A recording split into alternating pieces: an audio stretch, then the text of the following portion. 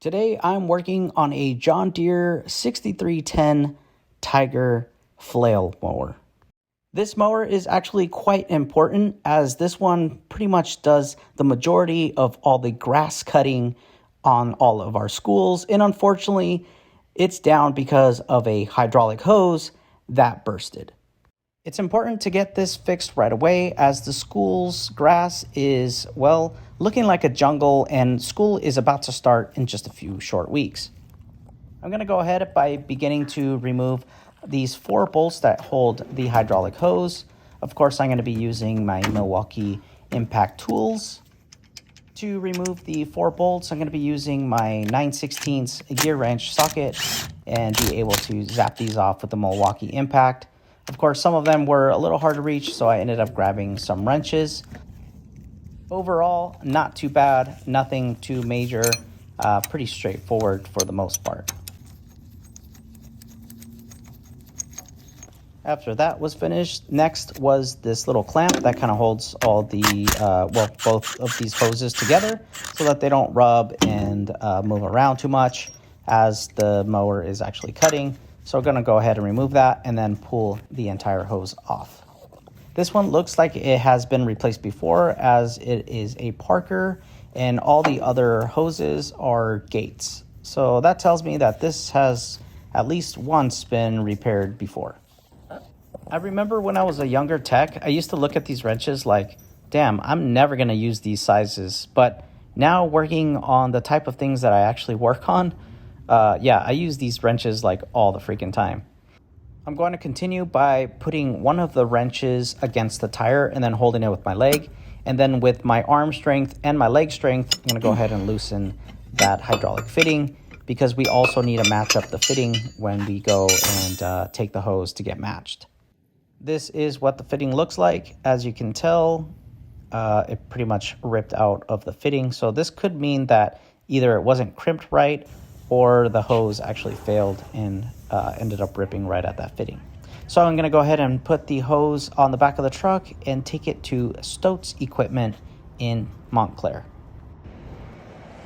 Stotts is one of my local John Deere dealerships, and as you guys can tell, they got a lot of equipment, not only parts, but also equipment for sale and, of course, service as well.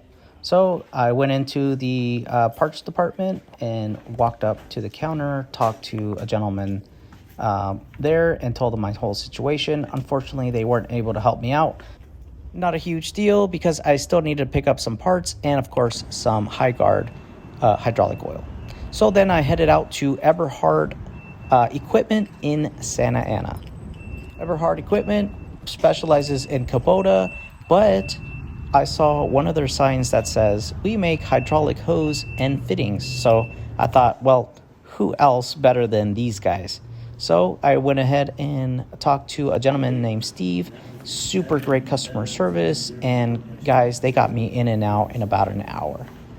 Super happy they were able to get me the hydraulic hose that I needed because, well, this thing is pretty much an emergency at this point because we need to get back to getting that mower working. So I got the hose, took it back to the shop, or in this case, outside of the shop, and go ahead and install that hydraulic hose back on to the mower. The hydraulic hose was a little tricky to get on, but honestly, nothing I couldn't figure out. So I went ahead and reinstalled it, tightened up all the bolts and everything, and then now it's time to install the high guard transmission and hydraulic oil. Something that I recently picked up from Harbor Freight was this little transfer pump. I tried this out with coolant and I thought it did pretty well, so I thought maybe I'd put it through the ringer and see how well it would actually work with hydraulic oil. And let's just say it didn't really fare too well with the thicker oils. So pretty much motor oil or hydraulic oil, transmission oil, this thing doesn't really work that well, but it does work well for water, gasoline, or coolant. So that's where I found the best performance out of this unit. But anyway, I digress. We can kind of see the flow going as we have that hydraulic pump pumping, and it is going to take a while. So I just go ahead and let this sit for a little while because I do have another mower I gotta change some blades on. So as this is gonna be pumping up, let's go work on the other mower. So back at the shop, I have a mower lift and I have the mower on the lift, and we just got to do a quick blade swap. So these are brand new blades here for the mower. Of course, like I said, the grass are not looking very well at all the schools, so we really need to get this going. And changing blades is pretty straightforward. It's pretty much just remove the bolt, remove the blade, swap it over with a new blade, and then install them. So I went ahead and did that to basically all the blades. I put this one backwards accidentally, but went ahead and lowered down the mower, and then the mower is ready to be used.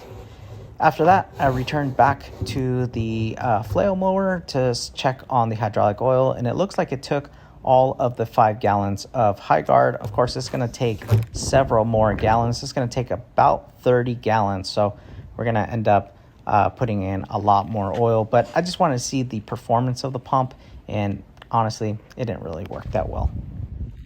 I had some more hydraulic oil sitting around, so I thought I'd be able to use the hydraulic oil that was in the shop, and just a couple gallons. But of course, this thing is going to take about 30 gallons of hydraulic oil, and pretty much when that line bursted, it pretty much emptied out this whole entire thing. So we're going to have to fill this thing back up. I ended up running out of John Deere High Guard, so what I ended up doing is just going back to Everhart and picking up some UDT, Kubota hydraulic and transmission oil because they are cross compatible. So after bleeding all the air out of the hydraulic oil system, we went ahead and put the mower back to work, and she's finally back to cutting grass.